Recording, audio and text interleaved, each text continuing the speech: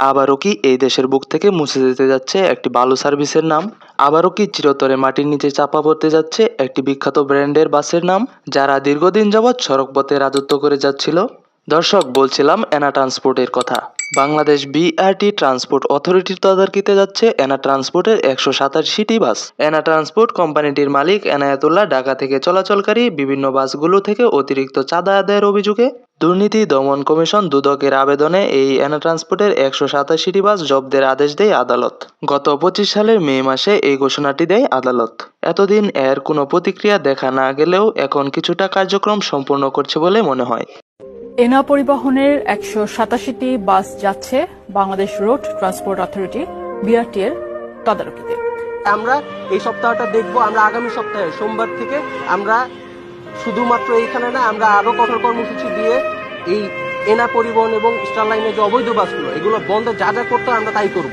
দুদক জানিয়েছে আদালতের আদেশ কার্যকর করতে এরই মধ্যে কার্যক্রম হাতে নেওয়া হয়েছে। বিআরটিসিকে দিচ্ছে যাতে বাসগুলো চলমান থাকে, বাসগুলো সচল থাকে এবং ভালো থাকে, সেই জন্য বিআরটিসিকে দেওয়া। বিআরটিসি হয়তো তারপর এই কমিটি সিদ্ধান্ত নেবেন যে বাসগুলো আসলে কিভাবে চলবে। বিআরটিসি এদের সাথে আমাদের তদন্ত কর্মকর্তা, আমাদের সম্পদ ব্যবস্থাপনা এদের সাথে সমন্বয় করে মূলত বাসগুলো কিভাবে চালানো যায়। আর দর্শক, যদি সত্যি এনা ট্রান্সপোর্টের বাসগুলো বিআরটিসিতে চলে যায় তাহলে মন থেকে আমি খুবই কষ্ট পাবো। কারণ এই এনা ট্রান্সপোর্টকে দেখেই এসেছিলাম বাস লাভিংয়ে। যাদের দেখে বাস লাভিংয়ে আসা তারাই যদি মুছে যায় তাহলে সেটা মেনে নেওয়ার মতো নয়। আর এই ভালো চেসিসের ভালো মানের গাড়িগুলো যদি বিআরটিসির হাতে যায় তাহলে গাড়িগুলো গরুর গাড়ি বা ঠেলা গাড়ির মতো হয়ে যাবে বলে আমার মনে হয়। দেশের সড়কগুলো থেকে যদি এনা ট্রান্সপোর্টের নাম মুছে যায় তাহলে সাধারণ জনগণ শুধু একটি কোম্পানি হারাবে না, বরং নিরাপদ, আরাম, আয়েশ এবং স্বস্তির যাত্রাটি হারাবে সাধারণ জনগণ।